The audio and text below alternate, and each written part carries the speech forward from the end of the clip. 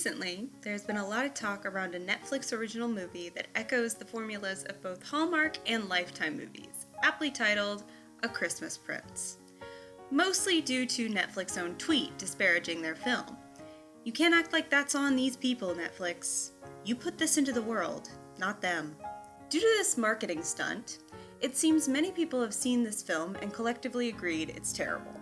But terrible as all Hallmark/Lifetime movies are. So I set out to watch the film and was all ready to make a review.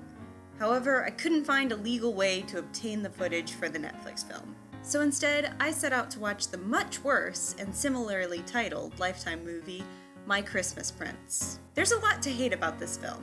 The terrible pacing, pointless scenes, and downright strange dialogue. Did you know that Ellen Weaver's husband used to play guitar in a big band? Everyone thought it was such a big deal. Until him. I'm sure he's very talented. Ellen's husband. Oh. However, the thing to hate most about this film is the two main characters, who are probably the most unlikable characters I've ever seen put to film.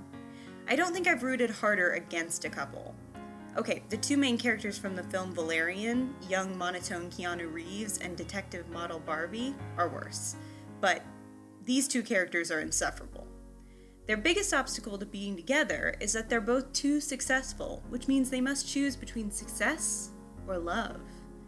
So I'm not even going to attempt to do a synopsis for this movie, or even go through it beat by beat. It's not worth it. Don't go watch it. Possibly go watch A Christmas Prince, because as bad as that is, it's at least coherent. Instead, in the spirit of what I assumed happened with A Christmas Prince, I'm going to pitch the better Hallmark-style movies that I came up with while watching My Christmas Prince. I've given myself one rule. The film I come up with has to keep some aspect of the original.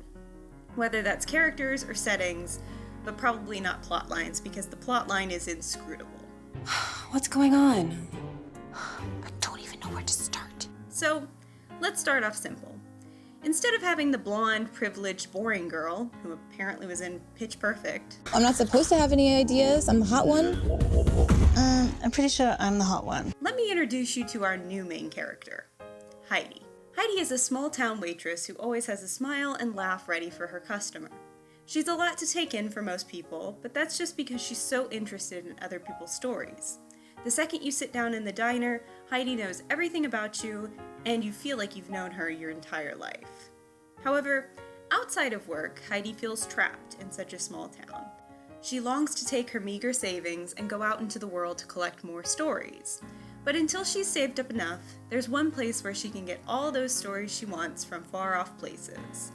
The community of Crown Watchers. I'm a Crown Watcher. What in the world is a Crown Watcher? It's a blog, a website. It's a community of people who enjoy learning about the world's various royal families. She has made many friends through the online community, but none are as important to her as sword-based governments. Well, how'd you become king, then? The Lady of the Lake, her arm clad in the purest shimmering samite, held aloft Excalibur from the bosom of the water, signifying by divine providence that I, Arthur, was to carry Excalibur. That is why I'm your king. Listen, strange women lying in ponds distributing swords is no basis for a system of government. A hilarious fellow Crown Watcher who always has the best stories about the royals. Sword-based governments can truly make the royals seem like real people with their stories.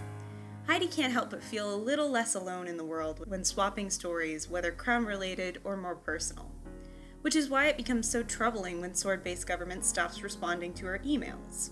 Heartbroken, Heidi decides it's probably for the best and tries to forget her friend in favor of focusing on the upcoming crowning of Prince Alexander of Moldavia, who weirdly has gone missing. So cut to a couple days later, a strange man in a pretty terrible disguise shows up at the restaurant where Heidi works. Her boss tells Heidi he's been sitting there for at least an hour and won't accept any other servers but her. With her boss happy to throw him out, Heidi's curiosity gets the better of her, and she heads over to serve the strange customer. He reveals that he is actually sword-based governments, and he wanted to meet her in person. Heidi is overjoyed, but after a couple minutes studying the man, she realizes that this is actually Prince Alexander of Moldavia. After almost giving him away in her shock, Alex is able to convince Heidi that he's not kidding. that he has been her online pen pal for the better part of 3 years, and that he's run away from the responsibility of becoming king. In fact, he thinks the life that Heidi has described in her small town is the perfect place for him to start over. Heidi originally is hesitant to aid what basically amounts to a fugitive, but Alex entreats Heidi to at least allow him to stay for a couple of days. Cue wacky hijinks involving a prince on the run, the Secret Service hot on his trail, and an adorable love story. Oh, and it's still set during Christmas.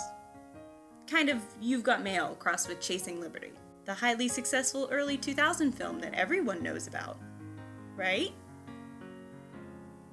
My next idea is a completely different take on the prince part of the title.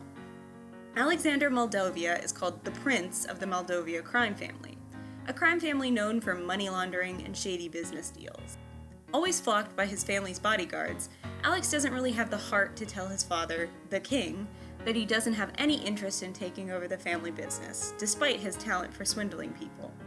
Around Christmas, Alex is celebrating with his family, his father just on the cusp of announcing his retirement, when Alex's cousin rushes in, warning the family that the police are on their way to arrest Alex for a murder he didn't commit. The family is of course thrust into chaos and sends Alex on the run. Alex ends up in a small town just a couple hours outside the city, where he can lay low. Unfortunately, he is almost immediately pulled over and recognized by the local cop, Patrick.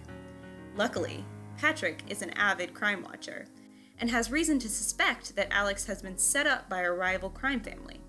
This leads to a whole movie where Alex and Patrick must work together to find the true culprit, hide from the myriad of characters after Alex, and possibly learn their place in the world.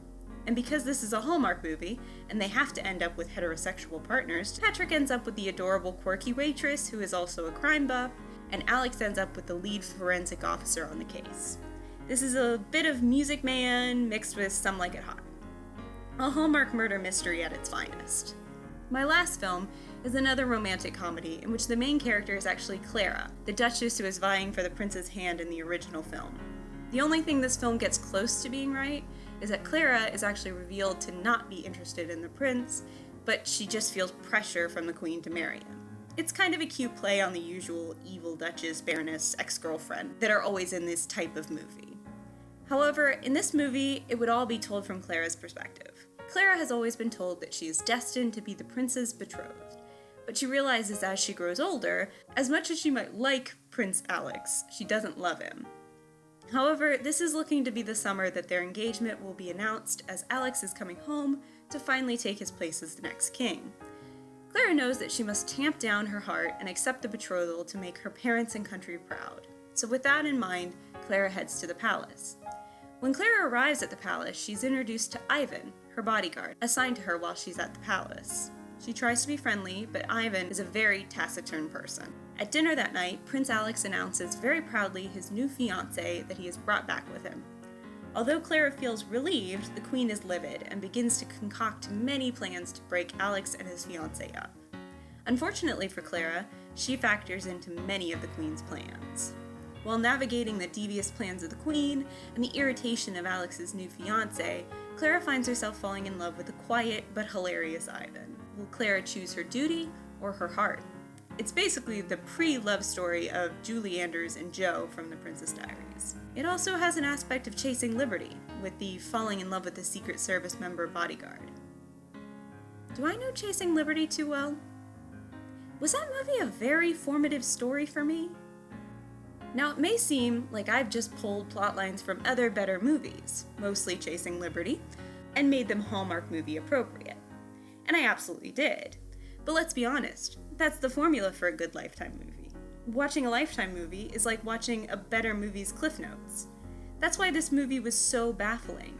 It is literally the Cliff Notes version of a Hallmark movie, which means that this movie is the Spark Notes of the Cliff Notes version of every romantic Prince movie released in theaters ever. So I guess if you want to get a solid C on your next Lifetime test, this is the movie for you.